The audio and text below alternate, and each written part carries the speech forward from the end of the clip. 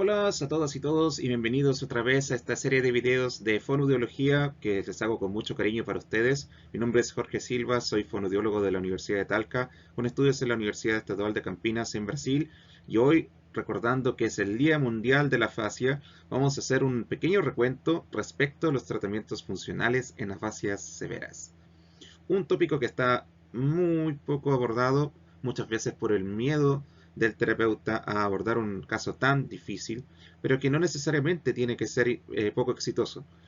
Vamos a ver que existen enfoques que van más allá de lo lingüístico, que trabajan con los aspectos más sistémicos y funcionales de los pacientes y que están bien establecidos y que se basan en principios de neurorehabilitación. Por lo mismo, este video va a dar cuenta en particular de un enfoque que gana mucha evidencia y que es conveniente mostrar para poder guiar la implementación del plan de evaluación e intervención y de los objetivos posteriores para poder trabajar con las personas que tienen algún tipo de afasia severa. Vale decir, personas con afasia global, personas con afasia no fluente mixta, principalmente. Y aquellas personas que tienen dificultades muy graves en adaptación al medio, considerando entornos donde anteriormente trabajaban en situaciones lingüísticas muy particulares, como periodismo, teatro, eh, eh, ensayos, temas relacionados con la ciencia en general. Bien, vamos a comenzar. Lo primero que voy a decir antes de comenzar es de que en esta clase no vamos a hablar acerca de la terapia de acción visual. Pienso que es un tópico que se aborda mucho en afasias. Es uno de los tratamientos antiguos más eficaces que existen para personas con afasia global. Yo, más que nada, quiero hablarles acerca de un enfoque. El enfoque de participación de la vida con afasias, que es un enfoque que crearon las colegas Holland y Ellman hace varios tiempo atrás, pero que lanzaron un libro en 2020 explicando en detalle cómo utilizar este proceso para comenzar las terapias en personas con afasias severas, de grado severo.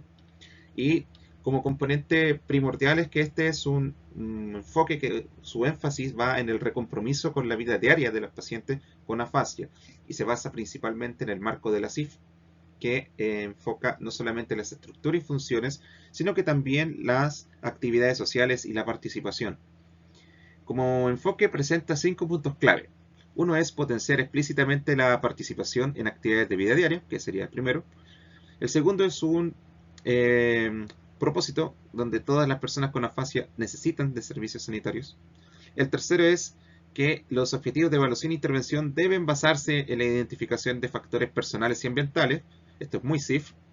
Cuarto, el éxito de la terapia se va a medir vía mejoras documentadas de la calidad de vida, por lo tanto todo se debe cotejar. Y por último, el quinto es que se tiene que hacer hincapié en la disponibilidad de servicios según sea necesario en todas las etapas de la vida con afasia. Bueno, cada uno de estos puntos lo vamos a ir desglosando. Vamos a pasar con el primero, que es que potenciar explícitamente la participación en actividades de la... Bueno, potenciar explícitamente la participación en actividades de la vida diaria.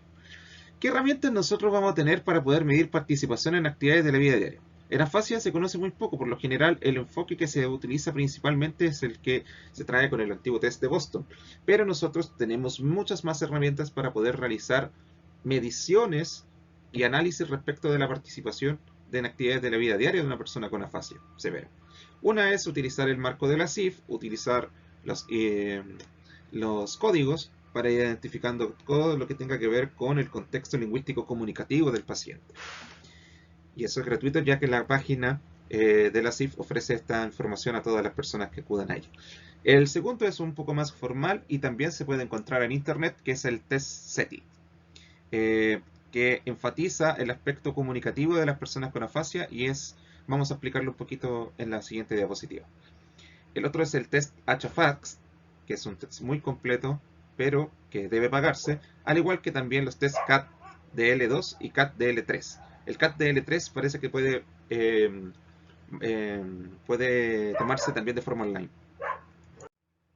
Y por último, pero no menos importante, tenemos que tener en cuenta el testimonio de los cuidadores o cuidadoras de la persona con afasia, que van a ser muy importantes para poder crear y cotejar ciertos objetivos específicos que van a ir en pos de la terapia. Vamos a hablar un poco acerca del test SETI. No vamos a revelar cómo se hace el test, porque esa información ya se encuentra online. Solo vamos a decir que es una de las primeras pruebas para la evaluación funcional de la comunicación en afasias. Presenta 16 preguntas relacionadas con la competencia comunicativa que van puntuadas del 0 al 10, con 0 no es del todo capaz, hasta 10, que significa tan capaz como antes de sufrir el daño cerebral. La prueba debe responderla a alguien que observe frecuentemente al usuario o usuaria. Pueden ser padres, madres, cuidadores, amigos, personas que comúnmente interactúan con esta persona. Y a diferencia de otros tipos de pruebas en afasia, considera también lo no verbal, lo gestual. Todo lo que tenga que ver con la comunicación no verbal entra en esta prueba, que es cortita, son 16 preguntas, no tiene más que una carilla, pero que estas preguntas van a servir mucho para poder entrelazar aquellos objetivos que tienen que ver con recuperar ciertas habilidades funcionales comunicativas en estas personas que tienen afasia severa. Este punto tiene que ver, por ejemplo, con todas las personas con afasia tienen derecho a recibir servicios para poder mitigar esto. ¿Y qué herramientas tenemos para poder medir el acceso a las intervenciones? Preguntar al equipo interdisciplinario cómo son sus testimonios respecto a qué cosas, qué tratamientos, qué estrategias utilizan cada uno. No necesariamente tienen que ser solamente fonoaudiólogos. También podemos utilizar el acceso a intervención respecto a los resultados de los test formales. Podemos ver cuándo se tomaron y hacer una estimación de cuánto ha pasado, si está en periodo agudo, subagudo o crónico, etc. Y por último, el testimonio de las personas que están rodeando frecuentemente a la persona con afasia. El otro punto son los factores personales y ambientales, que, como dije antes, son objetivos de evaluación e intervención. ¿Qué herramientas tenemos para poder constatar factores personales y ambientales? La anamnesis, la epicrisis, el marco de la CIF que usamos previamente en la primera pregunta, el análisis del contexto biopsicosocial a partir de toda esta información y ciertas pruebas que nos van a hablar acerca de otros aspectos que tienen que ver ya más hacia lo cognitivo o hacia lo adaptativo.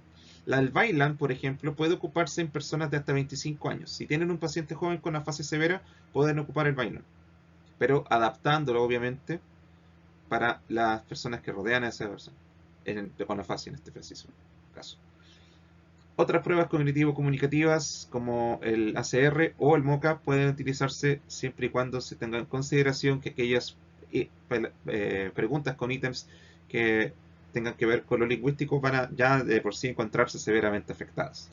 Y por último, nosotros también podemos hacer un análisis funcional de la conducta en aquellas que son de tipo comunicativo para poder ver antecedentes, conducta y consecuencia. Es muy importante utilizar el análisis funcional de la conducta porque me va a permitir darme cuenta de ciertos aspectos que tienen que ver con la frustración comunicativa de las personas con afasia y poder trazar objetivos para poder reducir o de plano acabar con extinguir ese tipo de conductas que vienen consecuencia de el impedimento de comunicarse en este momento, y que también pueden empeorar la falta de actividades sociales y participación, o sea que pueden ser un tipo de barrera. Entonces el análisis funcional de la conducta lo que va a hacer es analizar esas barreras y va a intentar o derechamente acabar con ellas. Y eso es muy importante porque muchas de las conductas comunicativas ya no van a poder instaurarse tanto desde un punto de vista lingüístico-comunicativo porque la severidad de la afasia amerita que se tenga que utilizar métodos ya más automatizados como los del conductismo en general. Por ejemplo, vamos a hablar de escafoldeo, de moldeamiento, de práctica negativa, de aprendizaje sin error y otras técnicas que no vamos a mencionar acá, pero que son parte del repertorio de una persona que utiliza análisis funcional de la conducta a nivel conductual. De hecho, incluso existe una terapia para afasia que sigue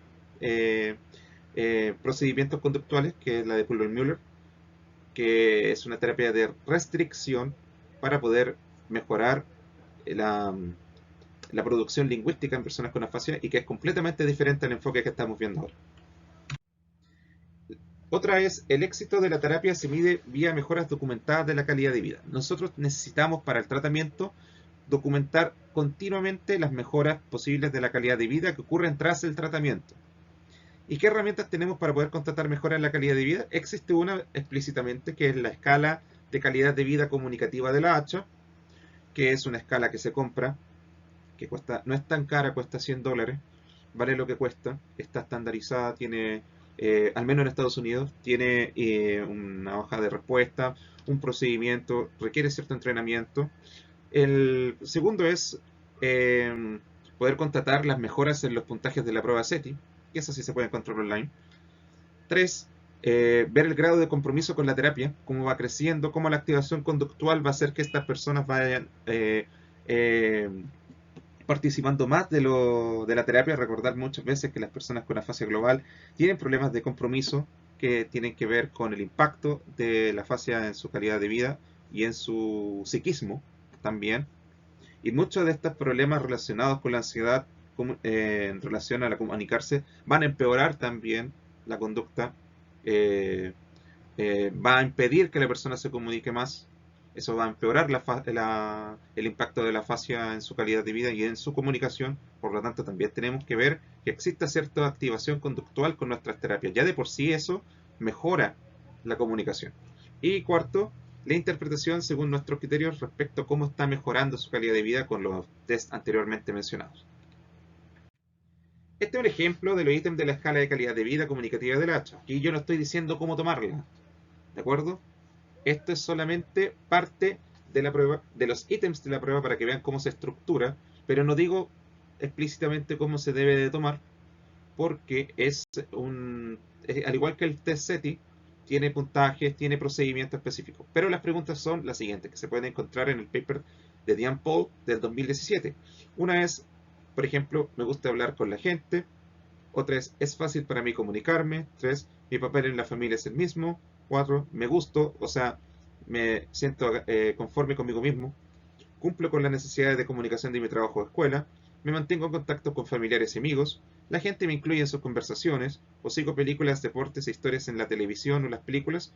Uso teléfono y veo las cosas divertidas de la vida. Se dan cuenta que aquí también hay aspectos que tienen que ver con su calidad de vida, autoestima, que influyen en la comunicación y que a veces los fonoaudiólogos no tenemos tanto conocimiento de esto o no se nos pasa en el programa.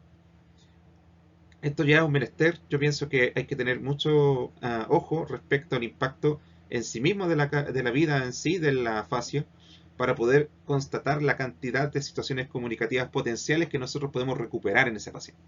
Bien, el resto puedo dejarlas acá un momento para poder observar. Aquí voy a mencionar una, por ejemplo, salir de casa y hacer cosas. Muy importante el tema de la participación. Hablar por uno mismo también, que debería ser un objetivo en sí, después de recuperar aspectos más primordiales de la comunicación. Bien, sigamos adelante. El último se hace hincapié en las necesidades de servicios según sea necesario en todas las etapas de la vida con afasia. ¿Qué herramientas tenemos para poder realizar ese seguimiento? Una es el registro de las actividades planificadas según objetivos de intervención.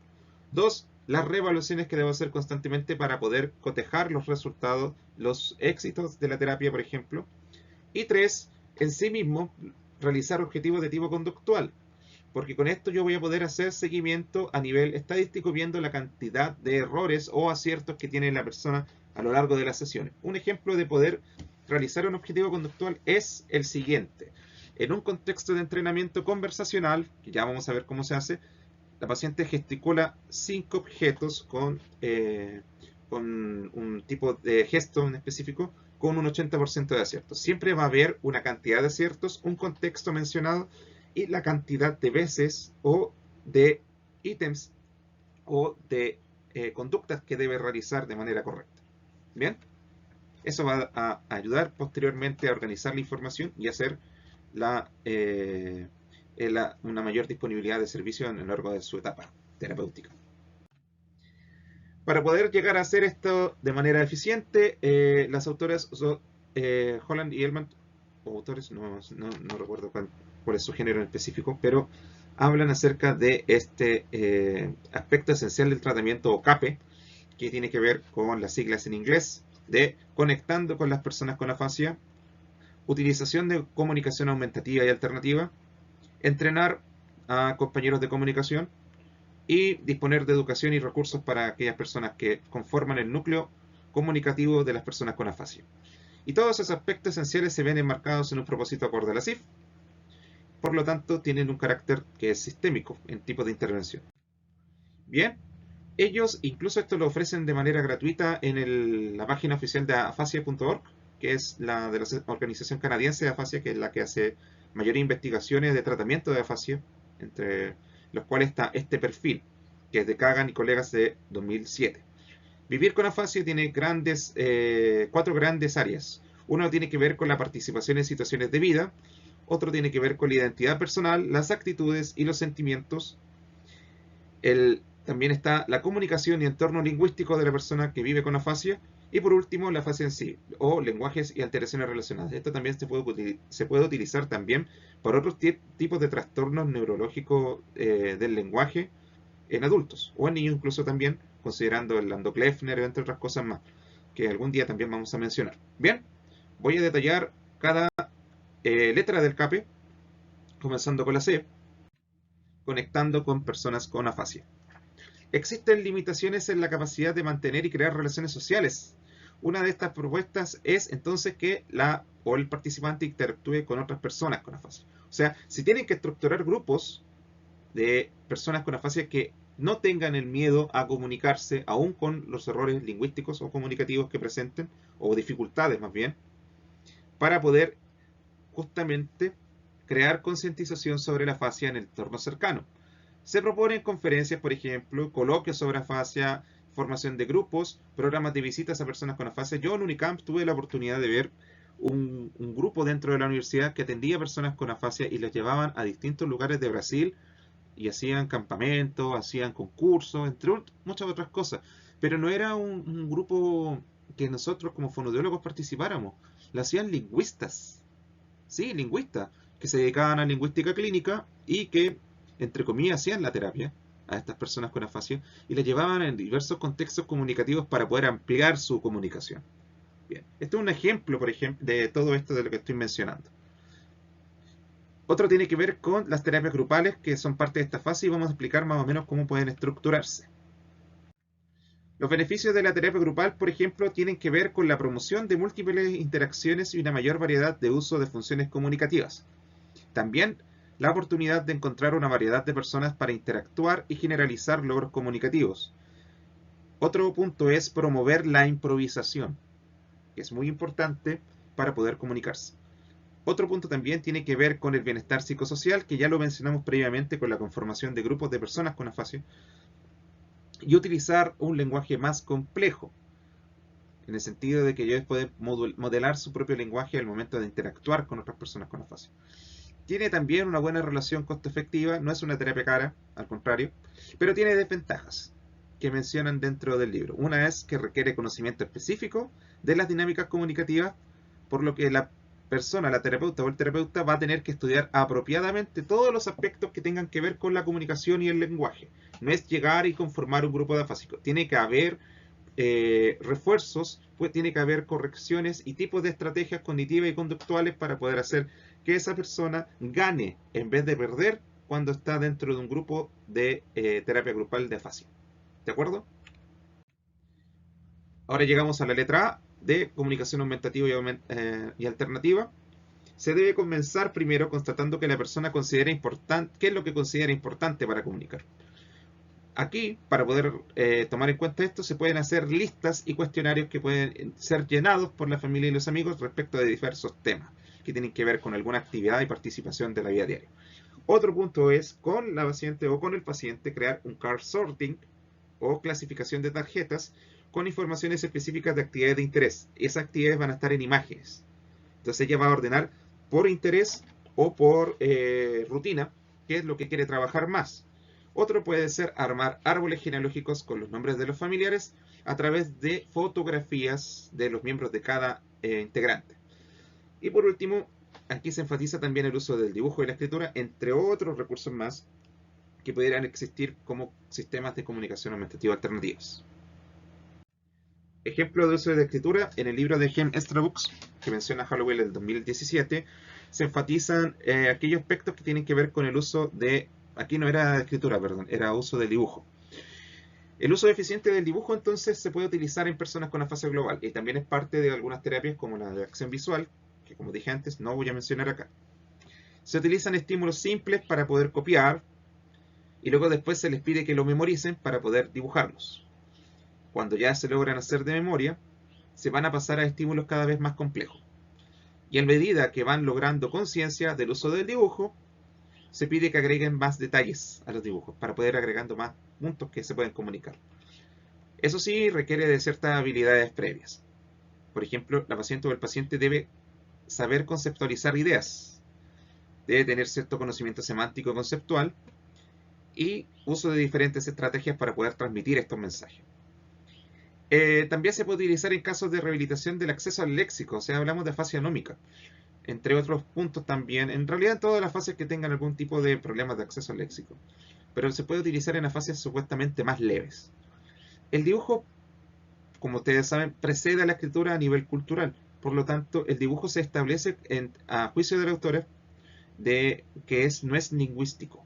Entonces se puede utilizar porque la afasia no va a atacar directamente la capacidad de la persona para dibujar.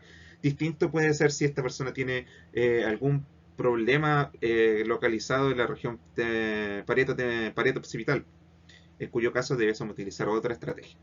En total son 10 pasos sistematizados para poder habilitar el dibujo. Es una terapia que tiene entrenamiento, que requiere ir paso por paso, no saltárselo, y normarse para poder utilizar esta estrategia. La última tiene que ver con el entrenamiento de pares comunicativos. Bueno, la penúltima. Hay una amplia literatura sobre diversos métodos de entrenamiento. Existe, por ejemplo, el entrenamiento con video. Se graba en interacción entre la persona con afasia y los miembros familiares, acaben como acaben, a los cuales luego se les muestran las grabaciones y se les realiza feedback y uso de estrategias comunicativas utilizando el video mismo. Bien, esto viene del 97, utilizaban cintas de video de VHS para realizar la terapia. El otro es ya un aspecto que tiene mucha evidencia, que es el Support Conversation for Aphasia, que es un programa de entrenamiento con amplia evidencia, pero para poder utilizarlo hay que pagar. ¿De acuerdo?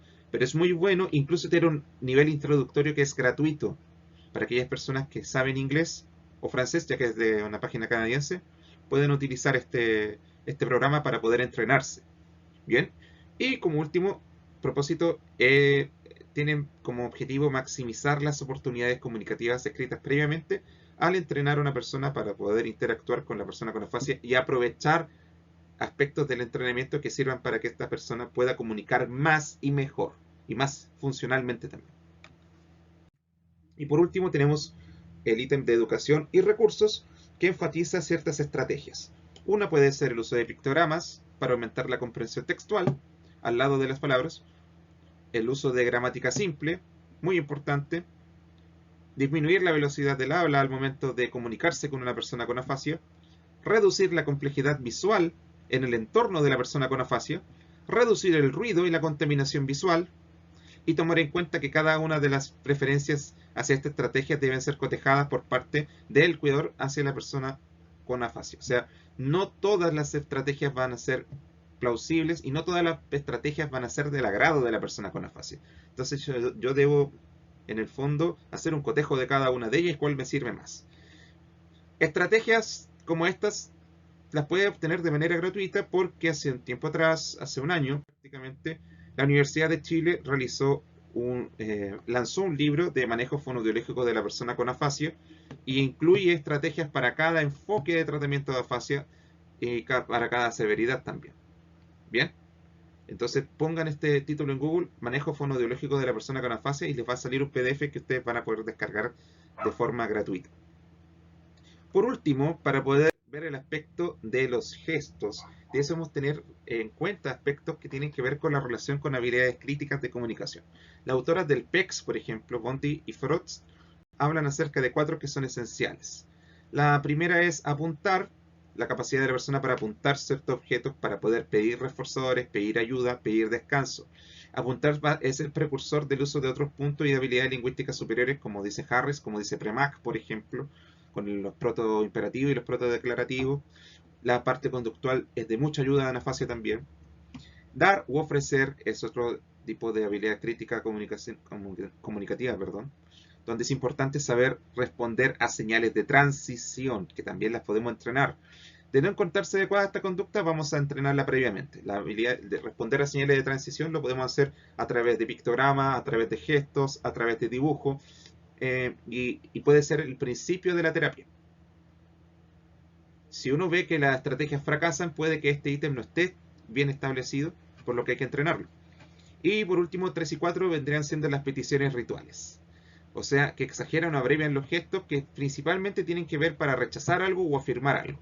Por ejemplo, en los casos de los niños, hacer pucheritos para rechazar un objeto, poner caras o muecas, o al responder al esperar. Estas son peticiones que pueden ejemplificar el estado interno de una persona respecto a ciertas situaciones, de una manera simple pero efectiva, porque la persona con estos gestos está comunicando a la otra persona que hay algo que le gusta o algo que no le gusta, ¿cierto? También puede apuntar para poder extender la referencia hacia espacios cada vez mayores y referencias cada vez más sutiles. Dar y ofrecer también tiene que ver en conjunto con estas dos como parte de las habilidades funcionales. Si ven que hay alguna que tiene problemas, entrenamos esas habilidades.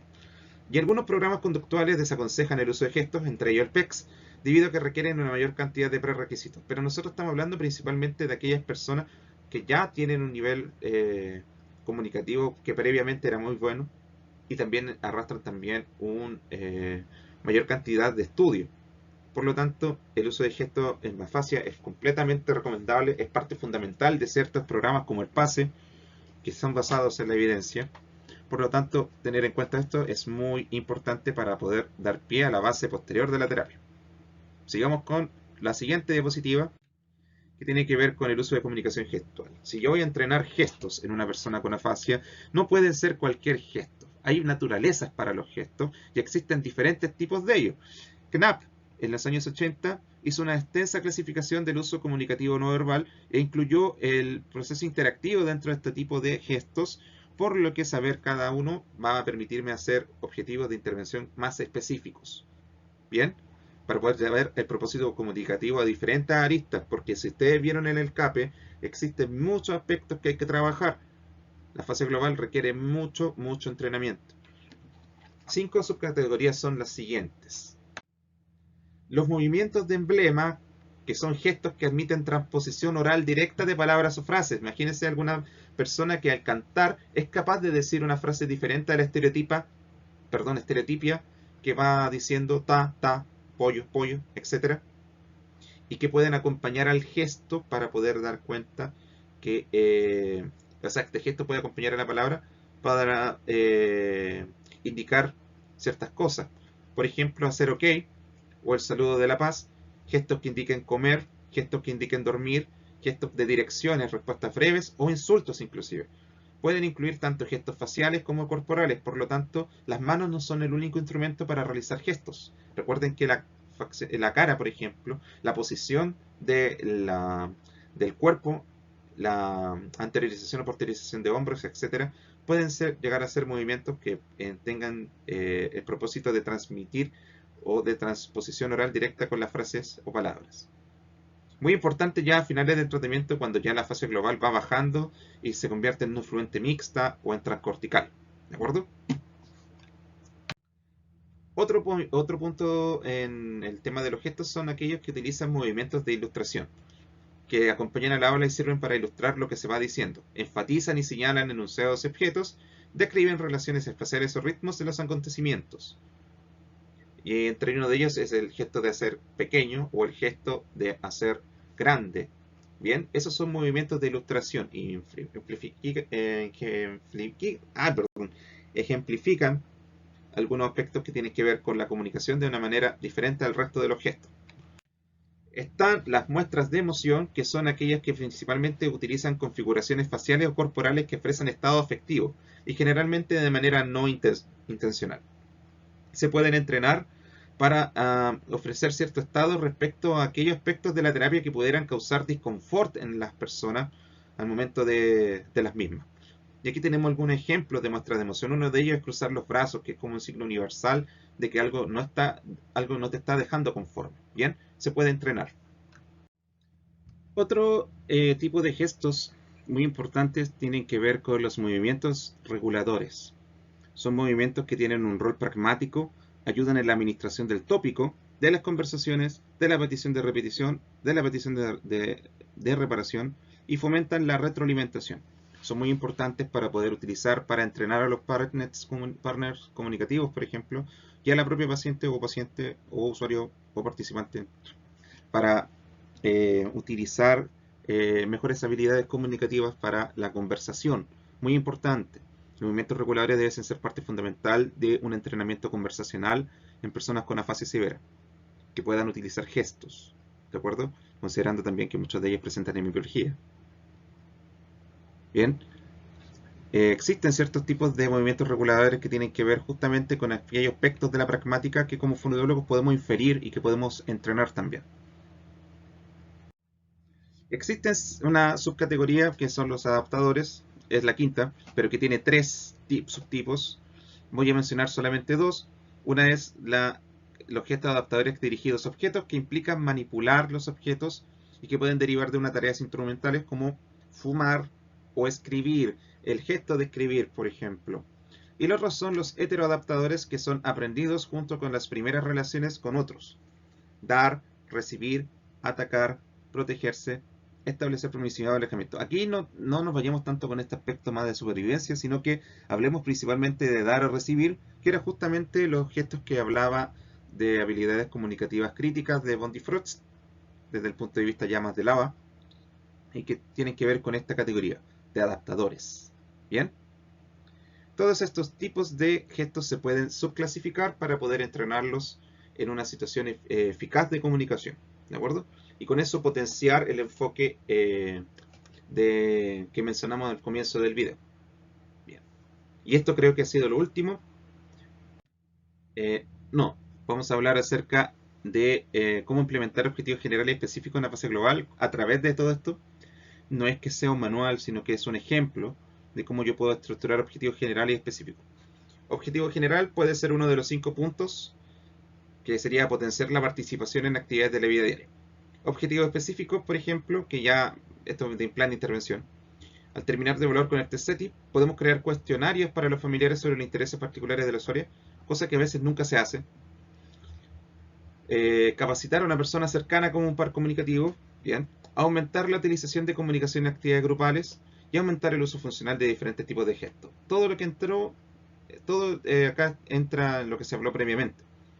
Otro objetivo puede ser disminuir el impacto de los factores personales y ambientales, y otro específico respecto a ese puede ser implementar estrategias de reducción de distractores en el entorno comunicativo. Ya sabemos que hay que evitar el ruido, ya sabemos que hay que hablar más lento, ya sabemos que hay que implementar gramática simple. ¿Ven? Todo eso puede articularse para poder crear una estrategia de intervención, y con la materia que pasamos previamente se puede deducir qué tipo de actividades se pueden utilizar para cada uno. ¿Bien? Espero que esto haya sido de ayuda en este día tan especial, que es un día de una manifestación lingüística que no es poco frecuente en la población. Hablamos de cerca de 20 a 40% de las personas que sufren accidentes vasculares, y que muchas veces por miedo nosotros nos enfrentamos a los casos más severos. Bien, es menester del fonodiólogo o de la fonodióloga acudir a prestar el servicio de salud. Y si no tienes las habilidades suficientes, por lo menos con este video vas a poder aprender un poco más y utilizar ciertos aspectos que pueden trabajarse. Ya mencionamos que existe un libro gratuito que creó la Universidad de Chile el año pasado en PDF, donde existen ciertas actividades para cada tipo y enfoque que existe de tratamiento de afasia, no solamente el comunicativo clásico, no solamente grupal, y están desglosadas, por lo que uno puede llegar e implementarlas de una manera ordenada, claro está, y siguiendo los lineamientos que yo hablé acerca de este enfoque de Holland y Ellman, que les va a ayudar muchísimo para poder recuperar a aquellos pacientes que sufren o presentan afasia severa. Muchas gracias entonces, eso ha sido todo y espero que les haya gustado mucho el video. Muchas gracias.